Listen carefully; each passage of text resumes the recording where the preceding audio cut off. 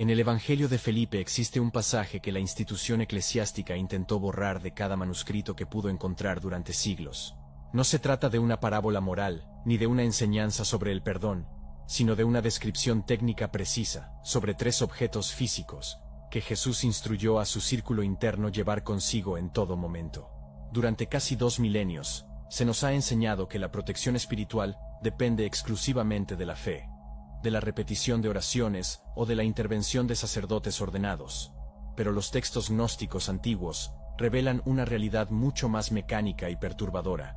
La protección no es una petición que se hace al cielo, sino una tecnología de frecuencia que se ancla en la tierra.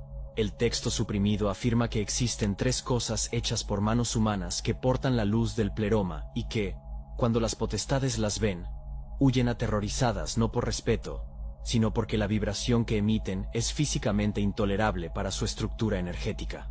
Las primeras comunidades gnósticas sabían exactamente qué eran estos objetos. No los usaban como decoración ni como meros símbolos religiosos de devoción, sino como herramientas de supervivencia espiritual.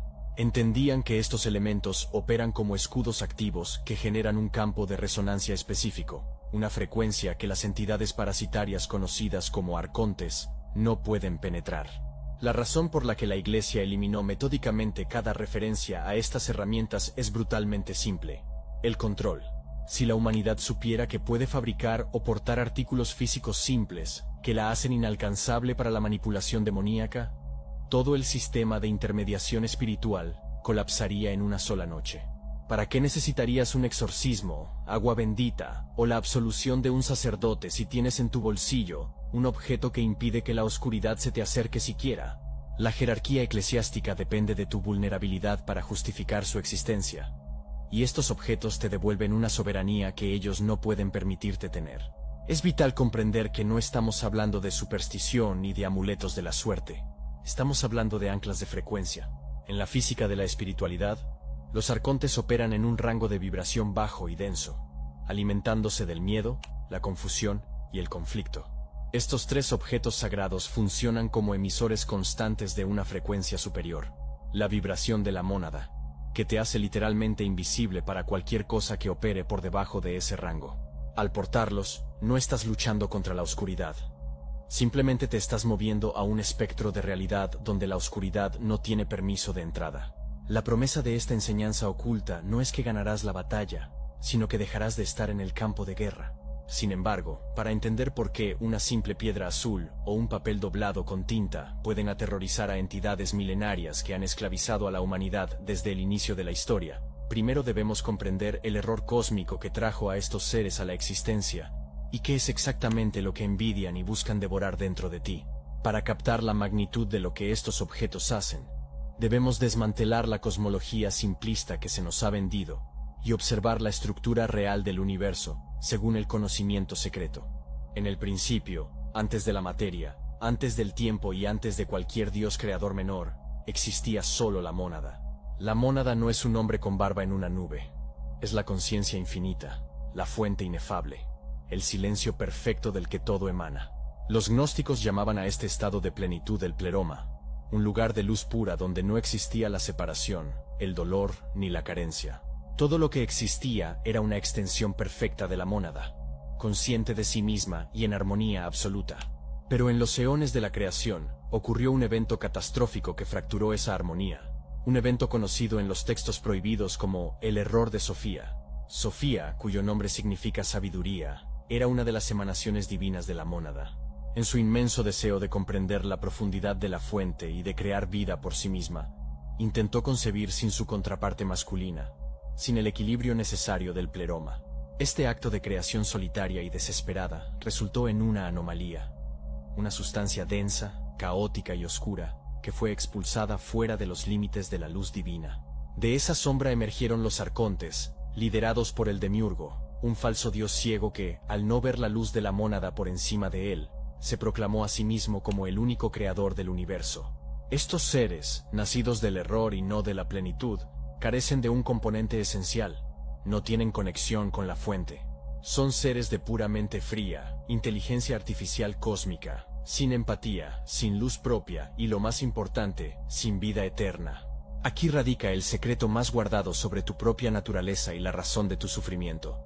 Los arcontes crearon el mundo material y el cuerpo humano para atrapar algo que no les pertenece. Cuando Sofía vio el horror que había engendrado, logró ocultar dentro de la prisión de carne humana una chispa del pleroma, un fragmento directo de la mónada. Esto es lo que tú eres en realidad, pero es crucial que distingas entre dos partes de ti mismo que la Iglesia y la psicología moderna han confundido deliberadamente. El alma y el espíritu no son lo mismo. El alma, o psique, es el asiento de tus emociones, tus pasiones, tus miedos y tu personalidad cambiante. Esta parte es volátil y, en muchos sentidos, es el campo de batalla donde los arcontes se alimentan. Ellos manipulan tu alma, provocan ira, tristeza y desesperación, porque esa energía emocional es su sustento. Sin embargo, más profundo que el alma, reside el espíritu, el pneuma. El espíritu es la chispa divina, inmutable, eterna e incorruptible. El espíritu es la gota de la mónada dentro de ti. Los arcontes envidian al ser humano porque poseemos esta conexión directa con la infinitud que ellos jamás podrán tener. Ellos tienen poder, pero no tienen vida. Tú tienes vida eterna, pero has olvidado tu poder. Su estrategia completa se basa en mantenerte identificado con tu alma y tu cuerpo, sufriendo los vaivenes emocionales, para que nunca despiertes a la realidad de tu espíritu. Si te das cuenta de que eres pneuma, de que eres espíritu puro encarnado, su control sobre ti se disuelve instantáneamente, porque el espíritu vibra en una frecuencia que los quema. Ellos no pueden tocar el pneuma, solo pueden intentar convencerte de que no existe. Es por esta razón precisa que los tres objetos sagrados son tan temidos por estas entidades. Estos objetos no fueron diseñados para calmar tu alma o hacerte sentir mejor emocionalmente. Fueron diseñados como tecnología de resonancia para despertar el espíritu. Funcionan como diapasones cósmicos. Cuando un elegido, alguien que posee la chispa, entra en contacto con estos elementos físicos específicos, se produce un fenómeno de arrastre de frecuencia. La materia del objeto, cargada con la vibración de Sofía, llama a la chispa divina dentro de ti, y tu espíritu responde vibrando más fuerte, rompiendo la hipnosis del alma. Es un despertar mecánico, no intelectual. Los arcontes saben que si activas tu espíritu, te vuelves radiactivo para ellos.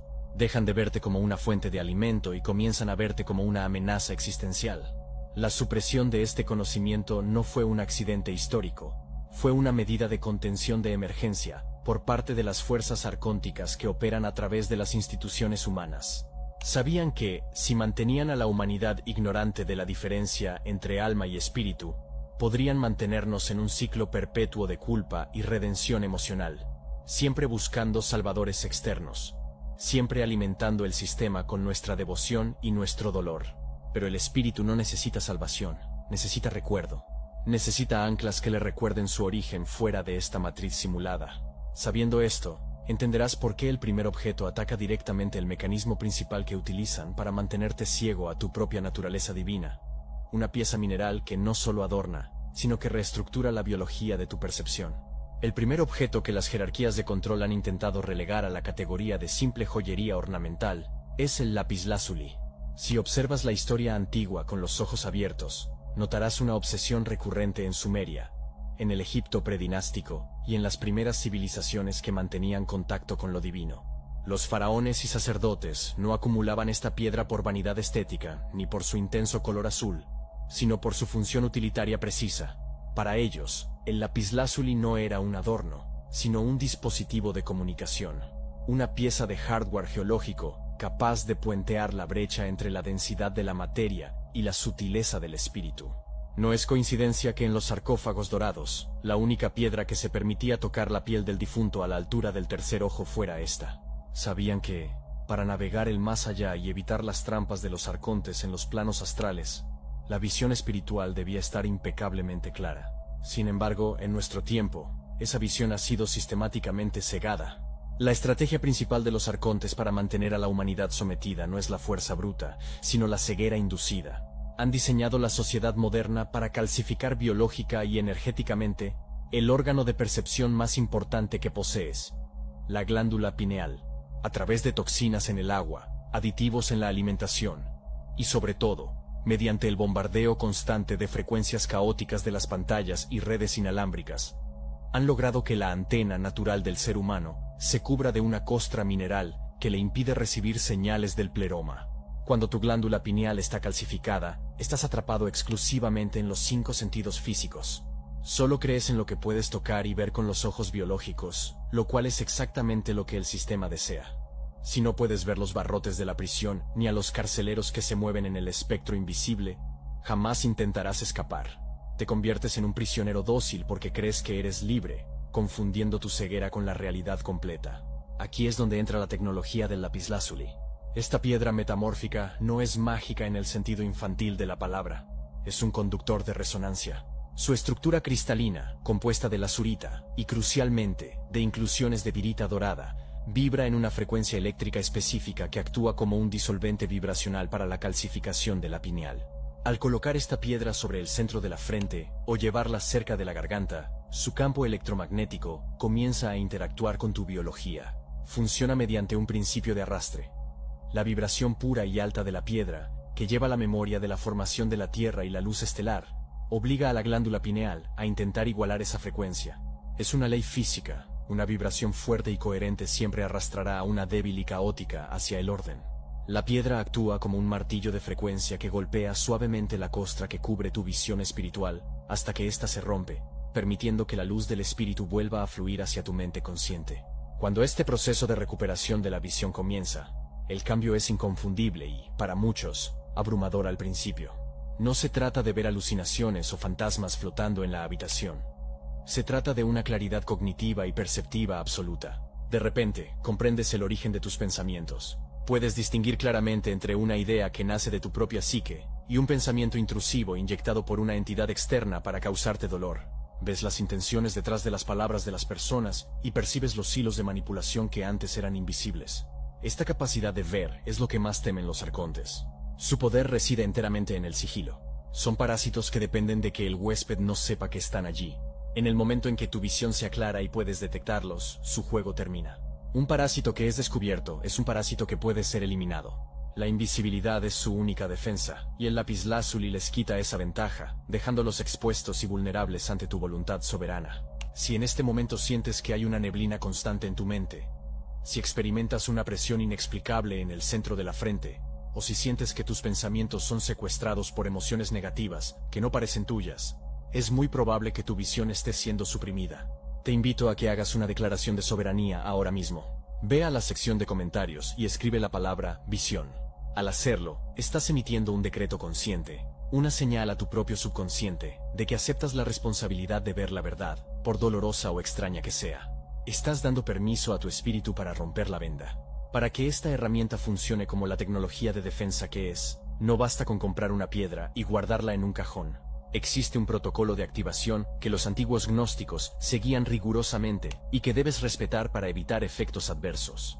El lapislázuli es una piedra extremadamente porosa y receptiva. Absorbe la energía de su entorno como una esponja. Antes de que llegue a tus manos, esa piedra ha pasado por mineros, talladores, transportistas y vendedores, absorbiendo la confusión, el dolor y la codicia de cada mano humana que la tocó. Si la usas sin limpiarla, te estás colocando un amplificador de ruido ajeno sobre tu centro de percepción. Sin embargo, no debes cometer el error común de lavarla con agua o sal húmeda, ya que esto daña su estructura física y apaga su resonancia, convirtiéndola en materia muerta. La limpieza debe realizarse mediante sonido o humo. Debes exponer la piedra al humo de incienso de resina pura, como copal o incienso franco, visualizando cómo el humo atraviesa la estructura molecular de la piedra y expulsa cualquier densidad acumulada. Alternativamente, puedes usar una campana tibetana o una frecuencia de audio de limpieza de cristales a volumen alto. El sonido reordena la red geométrica de la piedra, devolviéndola a su estado neutro de punto cero. Una vez limpia, debes sintonizarla con tu propia frecuencia biológica, un paso que la mayoría omite. Antes de dormir, acuéstate y coloca la piedra sobre tu pecho, directamente sobre tu corazón. Siente tu propio latido y visualiza cómo el pulso de tu sangre entra en la piedra. Mantén esta posición durante 10 minutos. Lo que estás haciendo es presentar tu firma energética a la herramienta, codificándola para que reconozca que tú eres su usuario legítimo y que debe trabajar en armonía con tu espíritu, no en contra de él. Finalmente, el uso requiere disciplina. La reestructuración de la glándula pineal no ocurre en una hora. Debes llevar el objeto en contacto directo con tu piel durante 30 días consecutivos. Este ciclo lunar completo permite que cada célula nueva que se genere en tu cuerpo durante ese periodo nazca bajo la influencia del campo de resonancia del lapislázuli. Al final de este ciclo, la piedra ya no será algo externo a ti. Se habrá convertido en una extensión de tu sistema nervioso. Notarás que la pesadez en tu frente desaparece, que tus sueños se vuelven lúcidos y coherentes, y que la presencia de los arcontes, antes sentida como una ansiedad vaga y aplastante, se vuelve detectable y repelible. Te volverás radiactivo para ellos. Sin embargo, recuperar la visión es solo el primer paso de la liberación. Ver el peligro te alerta, pero no necesariamente te blinda contra un ataque directo si deciden confrontarte. Una vez que tus ojos están abiertos y puedes ver la prisión, el siguiente paso crítico es declarar tu autoridad absoluta sobre ella. Aquí es donde entra el poder del segundo objeto, una tecnología que convierte tu propia escritura en un escudo legal impenetrable ante las cortes del cosmos. Una vez que tus ojos se han abierto gracias a la resonancia del lapislázuli y puedes percibir los barrotes de la prisión, surge una nueva necesidad imperiosa: la autoridad. Ver a los carceleros sin tener la potestad para impedir que te toquen solo genera más angustia. Por eso, el segundo objeto sagrado no es una herramienta de percepción, sino de legislación cósmica. En los textos gnósticos, especialmente en el Evangelio de Felipe, se hace una distinción crucial entre los nombres que engañan y los nombres que liberan. Se nos dice que los arcontes han robado los nombres verdaderos de las cosas y los han reemplazado por etiquetas falsas para atar nuestra percepción a la materia. Sin embargo, existe una tecnología antigua, ocultada a plena vista, que te permite usar el lenguaje no para describir la realidad, sino para someterla. Este segundo objeto es el decreto de identidad manuscrito, una pieza de tecnología que convierte tu propia escritura en un escudo legal impenetrable ante las cortes del cosmos. Es fundamental entender por qué la escritura física tiene un poder que la palabra hablada no posee. Cuando hablas, emites una onda de sonido que se disipa en el aire y desaparece en segundos. Es efímera. Pero cuando escribes con intención, estás atrapando una frecuencia en la materia física. La tinta sobre el papel no es solo pigmento seco. Es energía cinética congelada en el tiempo. Una onda estacionaria que continúa emitiendo su mensaje perpetuamente, 24 horas al día, sin que tengas que repetirlo conscientemente.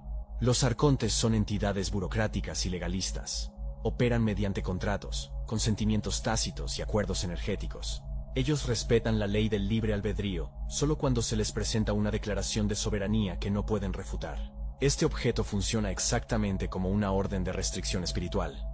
Es un documento legal que llevas contigo y que notifica a cualquier entidad en tu proximidad que el portador no es un sujeto de granja, sino una entidad soberana de rango superior. La fórmula que activa este escudo no es un conjuro mágico ininteligible, sino una declaración de identidad absoluta.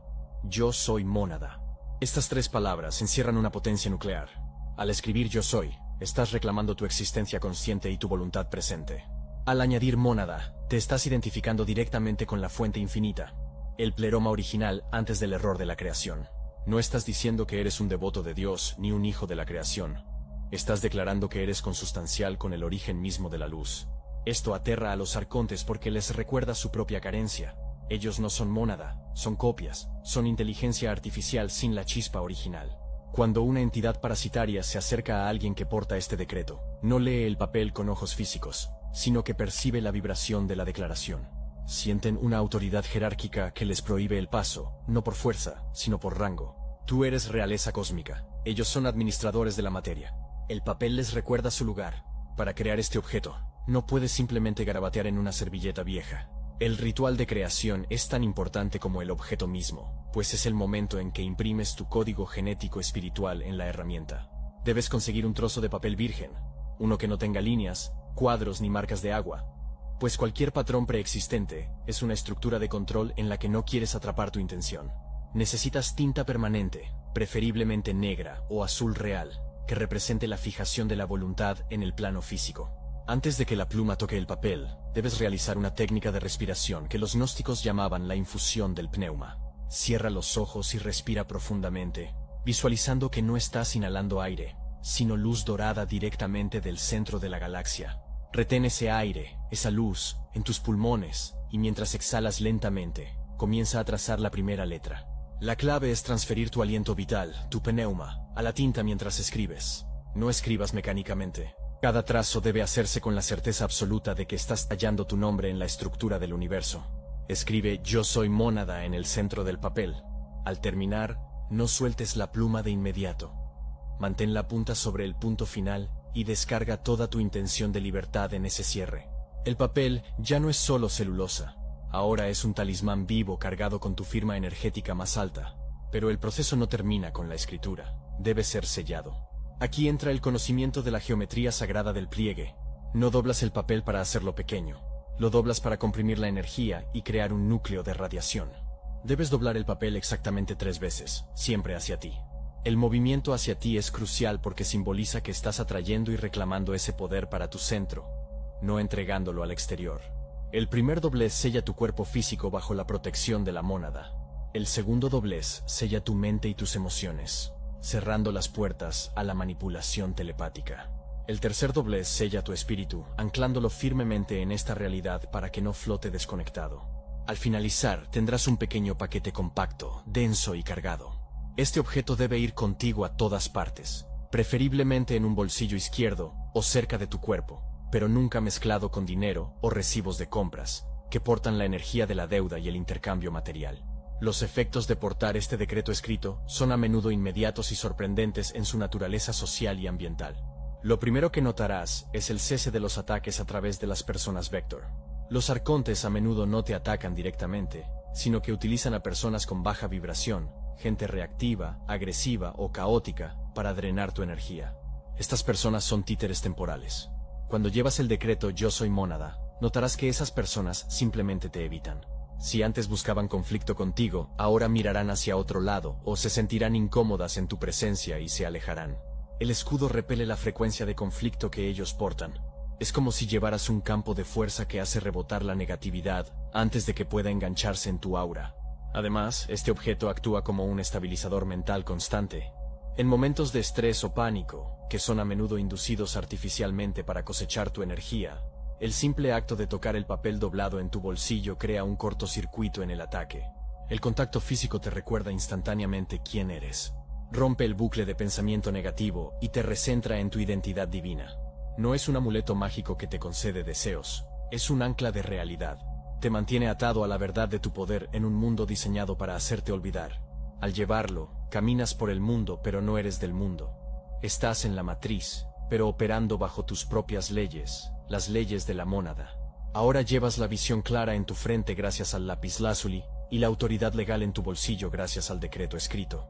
Eres capaz de ver a los depredadores, y tienes la documentación cósmica para mantenerlos a raya mientras te mueves por la vida diaria. Sin embargo, existe un momento en el que eres inevitablemente vulnerable, cuando duermes. Los arcontes saben que tu mente consciente, tu guardia, se apaga durante la noche, y es ahí donde intentan sus intrusiones más profundas, implantando sueños de miedo o drenando tu energía vital mientras tu cuerpo descansa. Para proteger tu santuario, tu territorio físico de descanso, necesitamos el tercer objeto. Una herramienta que no se lleva consigo, sino que se instala para dominar el espacio mediante la combinación de geometría sagrada y una declaración de territorio absoluto. El Evangelio de Felipe nos advierte que la verdad no vino al mundo desnuda, sino en tipos e imágenes, pues la realidad material no puede procesar la luz directa de la verdad sin un contenedor. La geometría es el lenguaje base de la estructura del universo. Es el código fuente sobre el que se dibuja la simulación. Los arcontes, siendo arquitectos de la materia, utilizan formas geométricas cúbicas y angulares para atrapar la conciencia, creando laberintos y prisiones frecuenciales.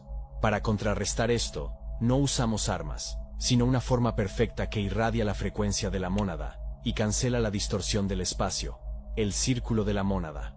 Este tercer objeto es engañosamente simple a la vista, pero devastadoramente complejo en su función energética. Se trata del símbolo más antiguo conocido por la humanidad, anterior a cualquier religión organizada. Un círculo perfecto con un punto marcado exactamente en su centro. En la simbología agnóstica, el círculo representa el pleroma, la conciencia infinita de la mónada que lo abarca todo, sin principio ni fin, sin esquinas donde la oscuridad pueda esconderse. El punto central representa tu espíritu, el pneuma, ubicado segura y eternamente dentro de la totalidad de la fuente. Los arcontes operan bajo la ilusión de la separación. Su existencia depende de convencerte de que estás solo, aislado y desconectado de Dios. Cuando dibujas este símbolo y lo colocas en una habitación, Estás introduciendo una declaración de unidad absoluta en un mundo de dualidad. Estás creando una torre de transmisión que irradia la verdad de que no existe separación entre el creador y la chispa. El mecanismo de acción de este símbolo es ambiental. Funciona alterando la densidad de la atmósfera en la habitación donde se coloca. ¿Alguna vez has entrado en un lugar y has sentido una pesadez inmediata? ¿Un aire denso que dificulta la respiración o el pensamiento claro? Eso es una acumulación de residuo estático arcóntico. Por el contrario, al instalar el círculo de la mónada, la geometría actúa como un purificador de iones espirituales. La forma circular crea un vórtice de energía toroidal que recicla constantemente la vibración del espacio, expulsando la disonancia. Es especialmente crítico para prevenir la parálisis del sueño y los ataques nocturnos, fenómenos que ocurren cuando entidades oportunistas intentan acoplarse a tu campo energético, mientras tu cuerpo astral se desprende temporalmente durante la noche. El símbolo crea una cúpula, una zona de exclusión donde estas entidades biológicamente no pueden entrar, porque la coherencia del espacio les resulta cáustica. Para fabricar esta tecnología de defensa territorial, el protocolo exige precisión y, sobre todo, orden en la ejecución.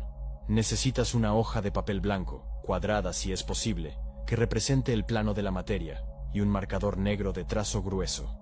La creación del objeto es un acto de delimitación cósmica. Primero, debes dibujar el círculo. Hazlo en un solo trazo continuo, preferiblemente en el sentido de las agujas del reloj, cerrando el ciclo perfectamente.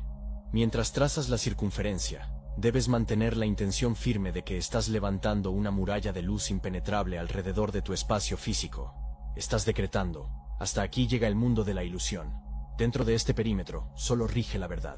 Una vez cerrado el círculo, y solo entonces, colocas la punta del marcador en el centro exacto. Al marcar el punto, visualízate a ti mismo, no como tu cuerpo o tu nombre, sino como la chispa eterna. Ese punto es tu ancla.